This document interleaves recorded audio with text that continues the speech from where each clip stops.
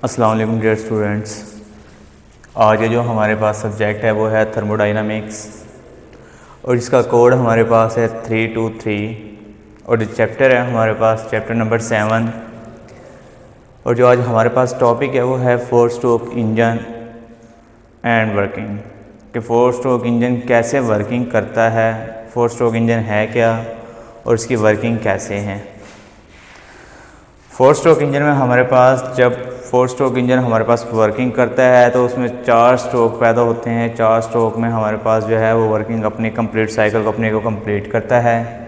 ठीक है कि जब हमारे पास जैसे ही हम इंजन को स्टार्ट करते हैं तो इंजन हमारे पास क्या है कि 4 स्ट्रोक इंजन में हमारे पास जो क्रैंक होती है, क्रैंक एक चक्कर मुकम्मल करती है जिसमें हमारे पास 4 प्रोसेस मुकम्मल होते हैं। ठीक है, एक चक्कर में हमारे पास कितने हैं कि 4 प्रोसेस कंप्लीट होते हैं। सेक्शन स्ट्रोक भी, कंप्रेशन स्ट्रोक भी, एक्सपेंशन स्ट्रोक भी एंड एग्जॉस्ट स्ट्रोक भी हमारे पास जो है एक क्रैंक के चक्कर में ये 4 प्रोसेस कंप्लीट होते हैं।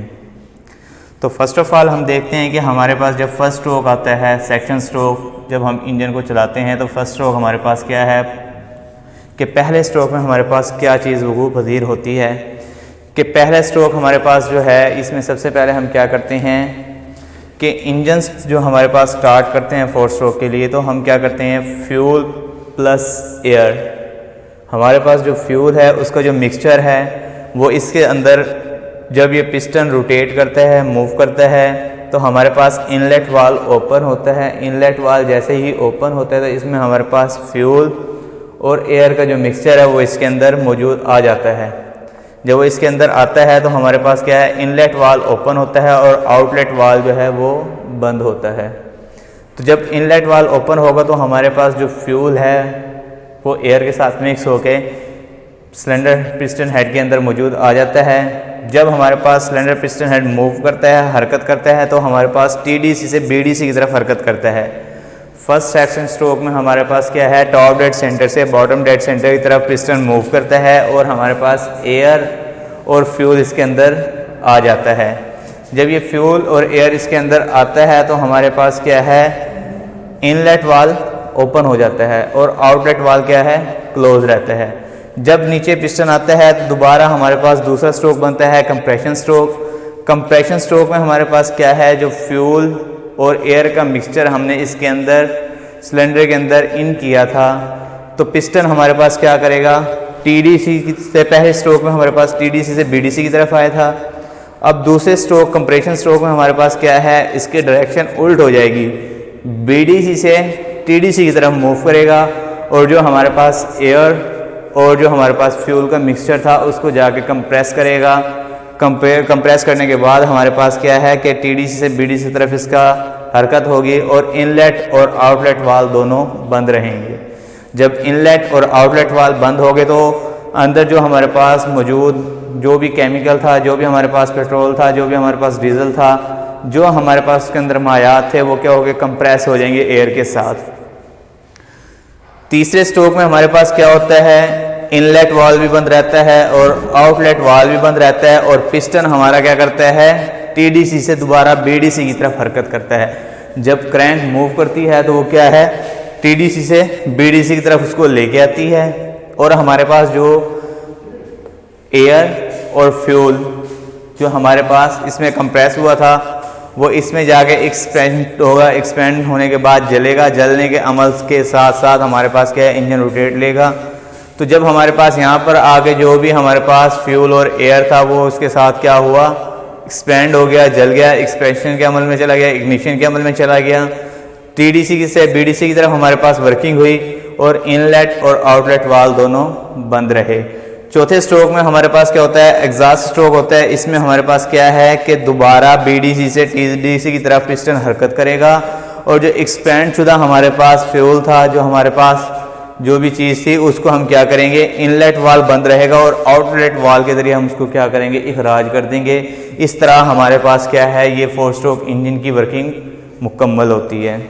नेक्स्ट टॉपिक जो हमारे पास है वो है इंटरनल कंबस्शन इंजन में इस्तेमाल होने वाली इस्तिलाहात कि जो हमारे पास इंटरनल कंबस्टन इंजन होता है उसमें कौन कौन सी टर्म्स इस्तेमाल की जाती है जिसके ज़रिए वो वर्किंग करता है। नंबर 1 पर हमारे पास है सिलेंडर बोर, नंबर 2 पर हमारे पास है टॉप डेड सेंटर जिसे हम TDC भी बोलते हैं।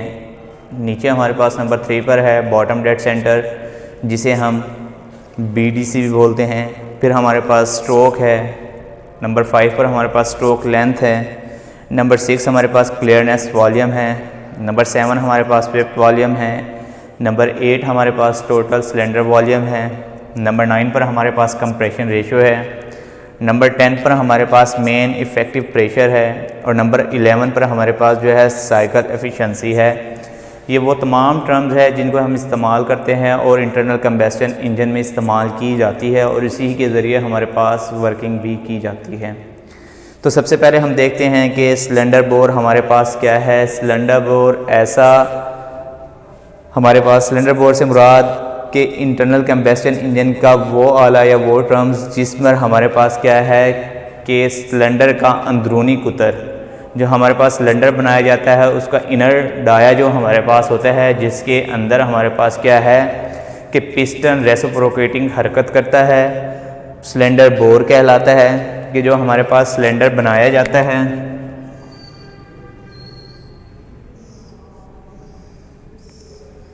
जब ये क्रैंक के साथ हमारे पास पिस्टन इसमें रेसिप्रोकेटिंग हरकत करता है, मूव करता है, तो हमारे पास ये जो बोर का डाया होता है इसे हम क्या कहते हैं, सिलेंडर बोर डाया कहते हैं कि जिसके अंदर पिस्टन क्या है रेसिप्रोकेटिंग हरकत करता है, हमारे पास क्या कहलाता है, सिलेंडर बोर डाया कहलाता है।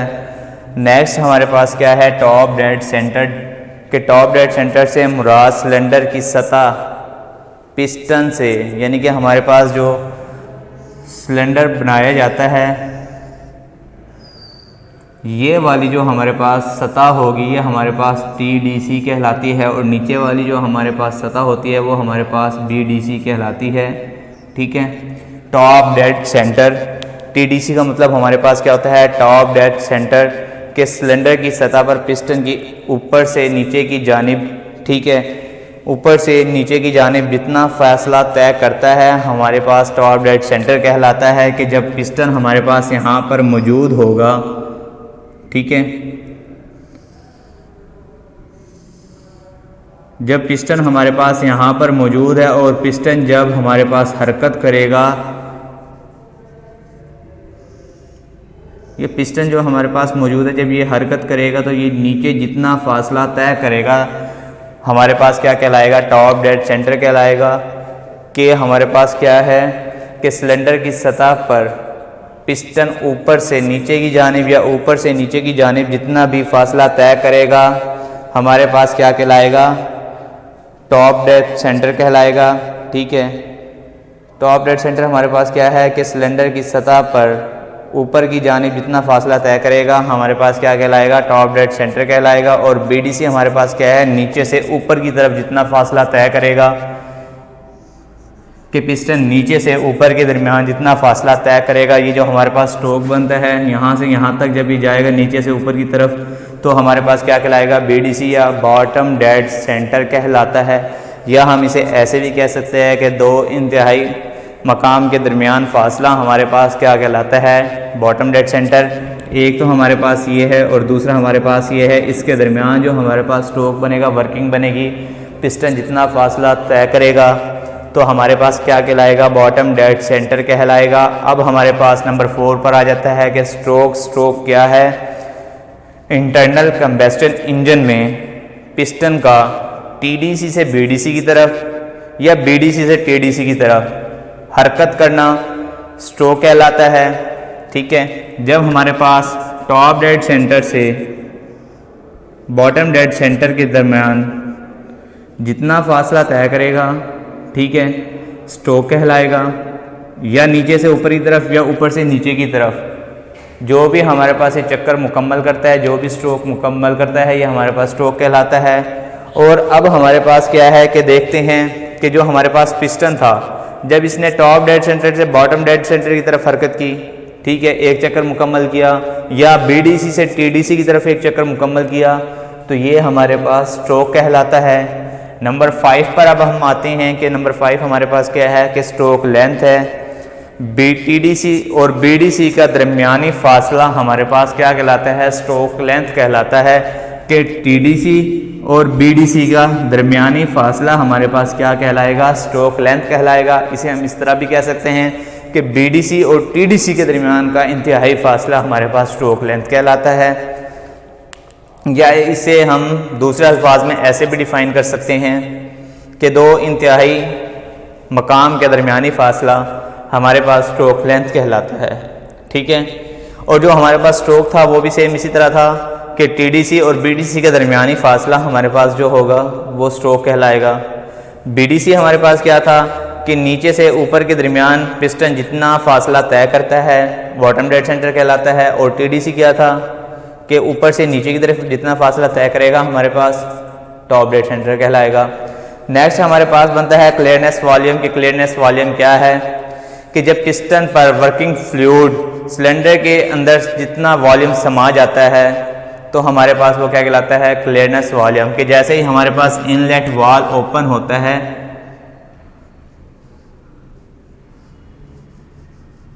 जैसे ही हमारे पास इनलेट वाल ओपन हुआ, एयर प्लस हमारे पास क्या था, पेट्रोल ले लेते हैं।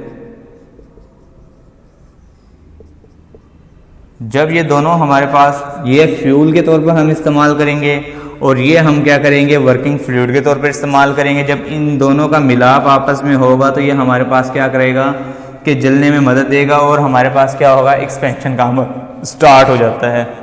तो जैसे ही हमारे पास इनलेट वाल ओपन होगा तो फ्यूल प्लस हमारे पास वर्किंग फ्लूइड पिस्टन के अंदर समा जाना, ठीक है, तो ये हमारे पास क्या कहलाता है, क्लियरनेस वॉल्यूम, जिसे हम क्या कहते हैं, ठीक है, क्लियरनेस वॉल्यूम को हम क्या कहेंगे, CV से जाहिर करेंगे। ठीक है, या इसको हम VC से जाहिर कर देते हैं, वॉल्यूम ऑफ क्लियरनेस। ठीक है, तो हमारे पास क्या है, जैसे इनलेट वाल ओपन होगा, फ्यूल प्लस हमारे पास क्या है, वर्किंग फ्लूइड इसके अंदर जितना समाएगा तो वो हमारे पास क्या कहलाएगा, क्लियरनेस वॉल्यूम कहलाता है। अब हमारे पास नंबर 6 है, 7 के हमारे पास स्विफ्ट वॉल्यूम क्या है कि स्विफ्ट वॉल्यूम हमारे पास TDC से BDC के दरमियान सिलेंडर का वॉल्यूम को स्विफ्ट वॉल्यूम कहते हैं। कि जब TDC से BDC के दरमियान हमारे पास जो चीज़ इसके अंदर समा जाती है तो वो हमारे पास उसका क्या कहलाता है, Swift volume of internal combustion engine. Number 8 पर हमारे पास आता है कि टोटल सिलेंडर वॉल्यूम क्या है। कि हमारे पास टोटल सिलेंडर वॉल्यूम हम क्या करते हैं कि जब पिस्टन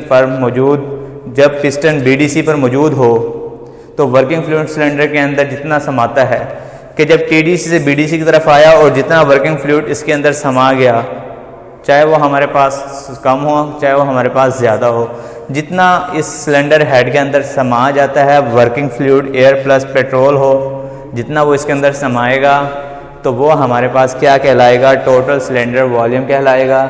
जिसे हम VT इज इक्वल टू हमारे पास क्या है, VS प्लस VC।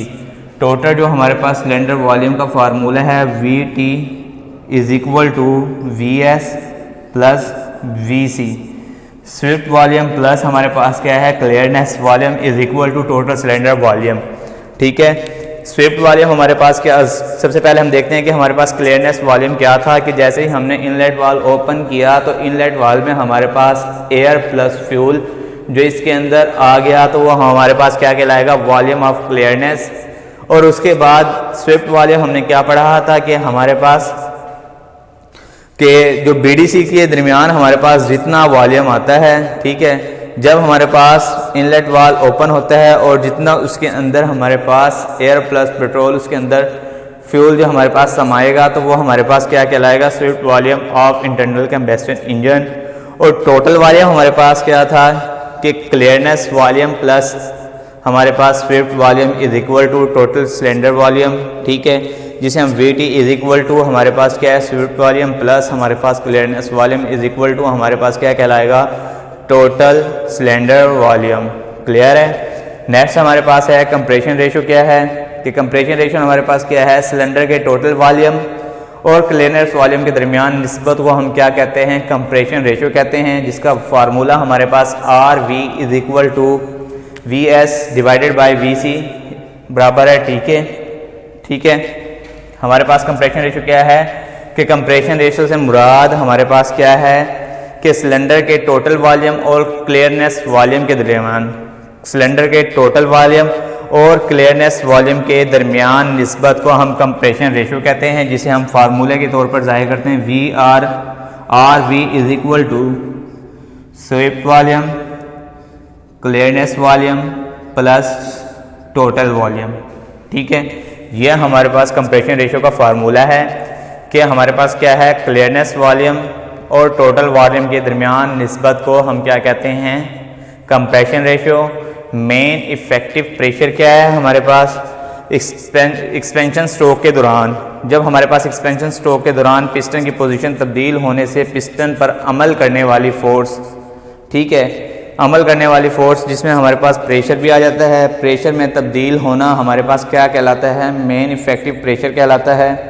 ठीक है, मेन इफेक्टिव प्रेशर हमारे पास क्या है, PM इज इक्वल टू हमारे पास क्या है, वर्किंग प्लस हमारे पास क्या है, स्वीप वॉल्यूम के। हमारे पास जब हम एक्सपेंशन स्ट्रोक के दौरान, एक्सपेंशन जब हमारे पास हो रहा होता है तो उसके, और जब हमारे पास एक्सपेंशन के दौरान पिस्टन की पोजीशन जो चेंज हो रही होती है तो पिस्टन के फेस पर अमल करने वाले प्रेशर को जो हम क्या है, प्रेशर जो हमारे पास, इस पर जो हमारे पास प्रेशर पड़ता है जब ये पोजीशन को तब्दील कर रहा होता है तो इसे हम मेन इफेक्टिव प्रेशर कहते हैं। अब हमारे पास है साइकिल एफिशिएंसी क्या है, कि साइकिल एफिशिएंसी हमारे पास क्या है कि थर्मोडाइनामिक और मुहैया वर्क, थर्मोडाइनामिक वर्क और मुहैया की गई हरारत के दरमियान निस्बत को हम क्या कहते हैं, साइकिल एफिशिएंसी कहते हैं। थर्मोडाइनामिक वर्क और मुहैया की गई हरारत के दरमियान निस्बत को हम क्या कहते हैं, साइकिल एफिशिएंसी कहते हैं, जिसे हम efficiency is equal to work done divided by heat supplied. ठीक है, कि हमारे पास एफिशिएंसी इज इक्वल टू हमारे पास क्या है, वर्क डन। ठीक है,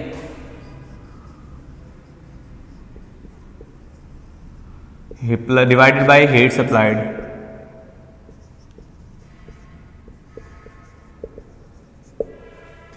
ठीक है, जो हमारे पास वर्क डन, काम हुआ और जो उसके लिए हीट मुहैया की गई उसके दरमियान निस्बत को हम क्या कहते हैं, एफिशिएंसी कहते हैं। ठीक है, ये हमारे पास आज की इंटरनल कंबस्टन इंजन में इस्तेमाल होने वाली इस्तिलाहात थी, जिनके ज़रिए हम इंटरनल कंबस्टन इंजन को चला रहे थे और इससे हम क्या कर रहे थे, हमारे अपने काम को, जो हमने काम किया था उसकी एफिशिएंसी मालूम कर रहे थे कि इंजन ने कितना काम किया है।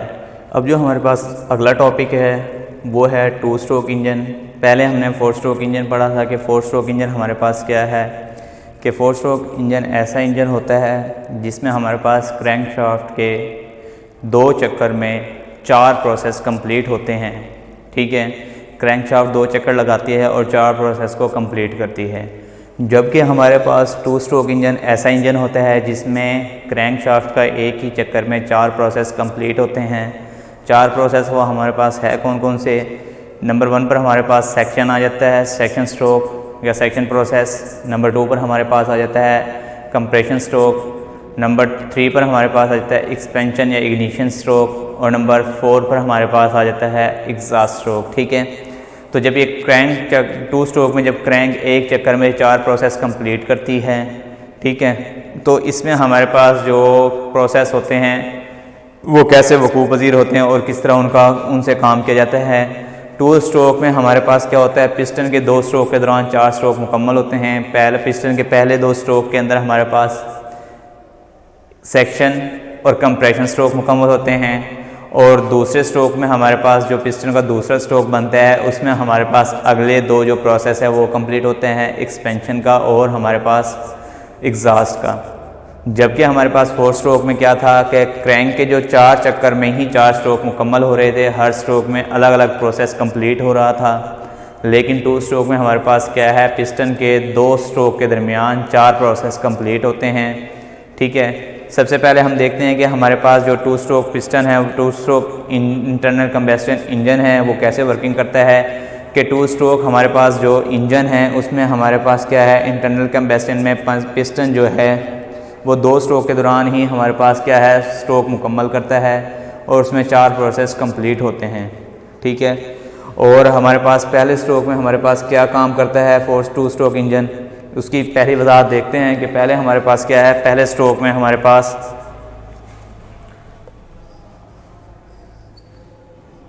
सेक्शन स्ट्रोक प्लस हमारे पास क्या है कंप्रेशन स्ट्रोक,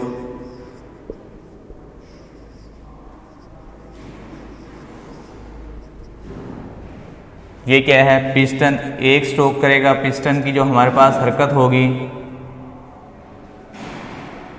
ठीक है, एक स्ट्रोक में हमारे पास पिस्टन क्या करेगा, ये 2 प्रोसेस कंप्लीट करता है। और दूसरे स्ट्रोक हमारे पास क्या होगा, जो दूसरा पिस्टन का स्ट्रोक होगा, सेकंड स्ट्रोक हमारे पास जो होगा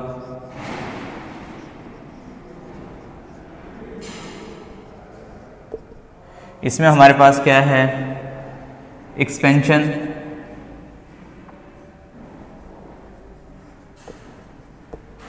प्लस हमारे पास क्या होगा एग्जॉस्ट। ये 2 स्ट्रोक एक सेक्शन में कंप्लीट होते हैं और सेक्शन स्ट्रोक और कंप्रेशन स्ट्रोक हमारे पास एक सेक्शन में कंप्लीट होते हैं। तो जब ये 2 स्ट्रोक हमारे पास होंगे तो हमारे पास सबसे पहले क्या है कि 2 स्ट्रोक इंटरनल कंबशन इंजन में हमारे पास क्या है, पहले स्ट्रोक के दौरान सेक्शन और कंप्रेशन स्ट्रोक के होते हैं, सेक्शन स्ट्रोक और कंप्रेशन स्ट्रोक, जिसके दौरान हमारे पास क्या है कि जब हमारे पास सेक्शन स्ट्रोक होता है तो इसमें हमारे पास क्या है इन पोर्ट जो हमारे पास है ओपन आ जाती है, ठीक है, और हमारे पास क्या है फ्यूल वगैरह इसके अंदर मिक्स हो जाता है। 2 स्ट्रोक इंटरनल कंबशन इंजन के दौरान हमारे पास दूसरे हिस्से में हमारे पास क्या होगा कि एक्सपेंशन और एग्जॉस्ट प्रोसेस होगा। जो हमारे पास एक्सपेंड शुदा मटेरियल फ्यूल वगैरह था वो हम क्या करेंगे जलाएंगे और एग्जॉस्ट से बाहर निकाल देंगे। तो ये हमारे पास 2 स्ट्रोक इंजन की वर्किंग थी। अब हम देखते हैं कि 2 स्ट्रोक और 4 स्ट्रोक के दरमियान हमारे पास मुआवजना कि 2 स्ट्रोक और 4 स्ट्रोक जो हमारे पास इंजन हैं उनमें डिफरेंस क्या है।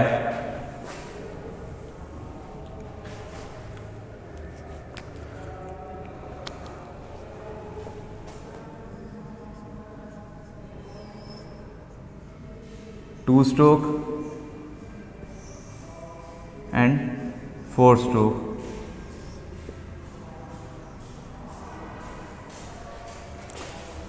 टू स्ट्रोक में हमारे पास क्या है क्रैंक शाफ्ट का एक चक्कर में 4 प्रोसेस कंप्लीट होते हैं।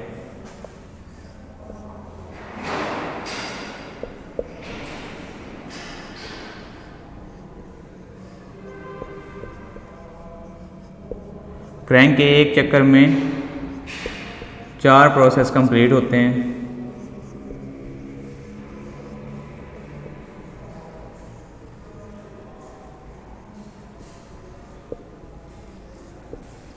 और 4 स्ट्रोक में हमारे पास क्या है क्रैंक के 2 चक्कर में 4 क्रैंक के 2 चक्कर में 4 प्रोसेस कंप्लीट होते हैं।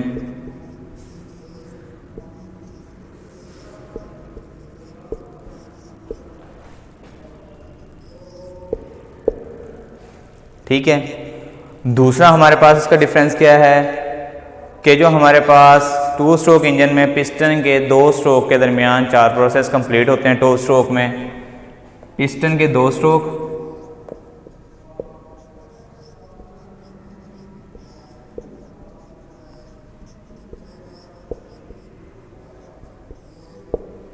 चार प्रोसेस कंप्लीट होते हैं।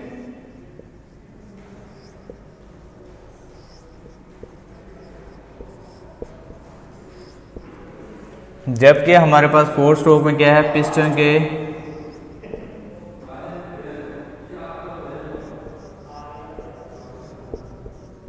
4 स्ट्रोक में 4 प्रोसेस कंप्लीट होते हैं।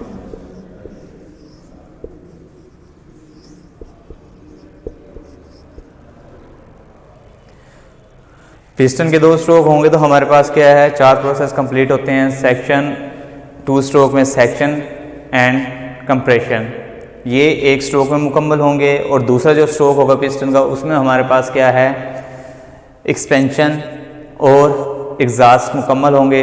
तो इसीलिए पिस्टन के 2 स्ट्रोक में 4 प्रोसेस मुकम्मल होते हैं, जबकि हमारे पास 4 स्ट्रोक में पिस्टन के 4 स्ट्रोक में ही 4 प्रोसेस कंप्लीट होता है। सेक्शन स्ट्रोक 1, कंप्रेशन स्ट्रोक में 2 और हमारे पास जो एक्सपेंशन स्ट्रोक होता है वो तीसरे में पिस्टन का, और जो पिस्टन का चौथा स्ट्रोक होता है उसमें हमारे पास एग्जॉस्ट होता है।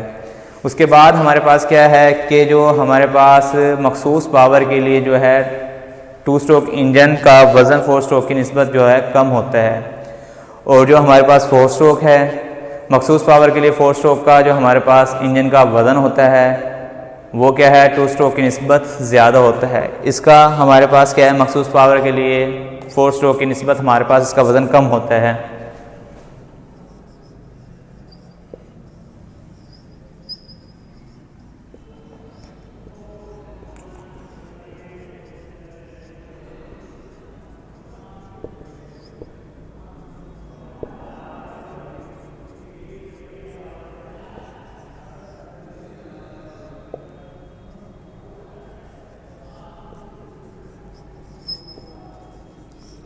मखसूस पावर के लिए 2 स्ट्रोक का वज़न 4 स्ट्रोक की निस्बत कम होता है, जबकि हमारे पास 4 स्ट्रोक में क्या होगा मखसूस पावर के लिए 4 स्ट्रोक का वज़न 2 स्ट्रोक की निस्बत ज़्यादा होता है। मखसूस पावर के लिए 4 स्ट्रोक का वज़न 2 स्ट्रोक की निस्बत